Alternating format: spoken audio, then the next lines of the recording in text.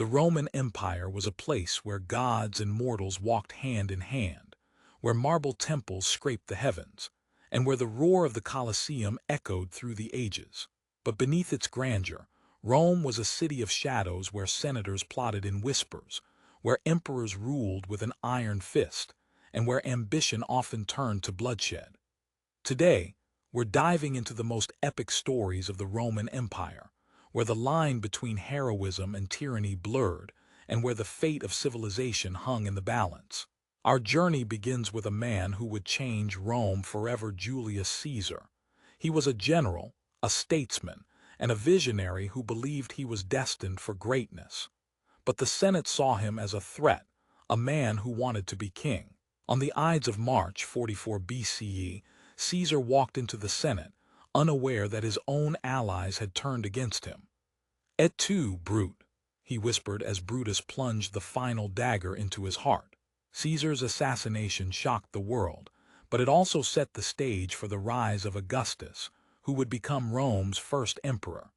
Augustus ruled with wisdom, bringing peace after decades of civil war. But the rot of corruption and madness began to eat away at Rome's foundations. Nero, the emperor who fiddled while Rome burned, was a man consumed by madness. He had his own mother executed, blamed Christians for the fire that gutted the city, and built a golden statue of himself taller than any temple. His reign of terror ended when he stabbed himself in the throat as soldiers closed in to capture him. Then there was Caligula, the emperor who made his horse a consul and declared himself a living god. He was so paranoid that he built a bridge of boats across the Bay of Baiae just to prove he could walk on water. His reign of absurdity and terror lasted only 4 years before he was stabbed to death by his own guards in a dark tunnel beneath the palace. But not all emperors were madmen. Marcus Aurelius, the philosopher king, ruled with justice and compassion. He spent his reign fighting wars on the frontier, writing meditations that would become timeless wisdom, and trying to hold together an empire on the brink of collapse. Yet even his reign was marked by tragedy: the plague that wiped out millions, the constant wars, and the succession of his son Commodus, who would bring Rome back to the brink of chaos. Commodus was a man who believed he was the reincarnation of Hercules. He fought in the Colosseum as a gladiator, had statues of himself erected in every temple, and ordered the Senate to worship him as a god. His reign was a descent into madness, until one day a conspiracy unfolded. A wrestler named Narcissus strangled him in his bath, ending the dynasty of Marcus Aurelius and plunging Rome into civil war. By the 3rd century, Rome was in crisis. Emperors rose and fell like autumn leaves, each one overthrown by generals hungry for power. The empire was divided, the economy collapsed, and barbarian hordes battered the borders. But then came Diocletian, the man who would save Rome by splitting it in two. He created the Tetrarchy, a system of 4 rulers who shared power and restored stability for a time, but the rot of division remained.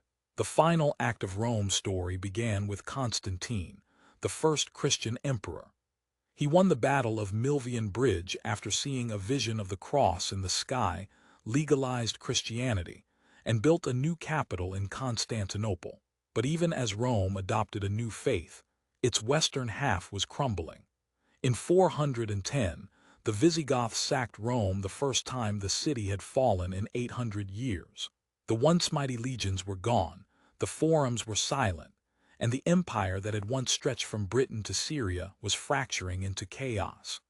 The final blow came in 476 when a barbarian king named Odoacer deposed the last Roman emperor, a boy named Romulus Augustulus. The name was a cruel irony: the empire that had once been founded by Romulus was now ruled by a child, stripped of power and glory. And so, the Roman Empire in the West fell, leaving behind a legacy of law, architecture, and governance that would shape the modern world. The Roman Empire's story is more than just history, it's a mirror held up to human nature. It shows how power can inspire greatness and unleash monsters, how ambition can build civilizations and destroy them. As the stones of the Colosseum crumble, they remind us that even the mightiest empires are built on sand, and that the cost of forgetting our lessons is repeating them. Like, share, subscribe for more stories.